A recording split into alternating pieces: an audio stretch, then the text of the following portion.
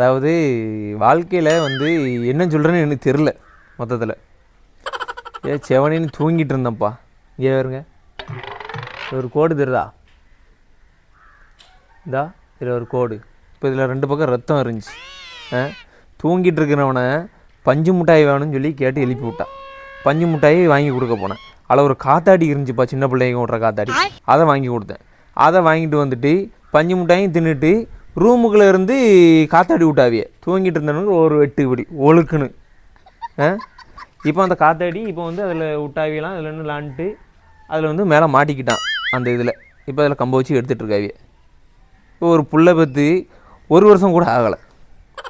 நிலமையை பற்றியில என் நிலமைய அவனை பார்க்கணுமா? காத்தாடி விட்டு விளாடுற வயசில் இதான் ஸ்கூல் படிக்காதவங்கள கெட்டாதுன்னு சொல்கிறாவில அப்படின்னு என் மட்டிக்கு தோணும்.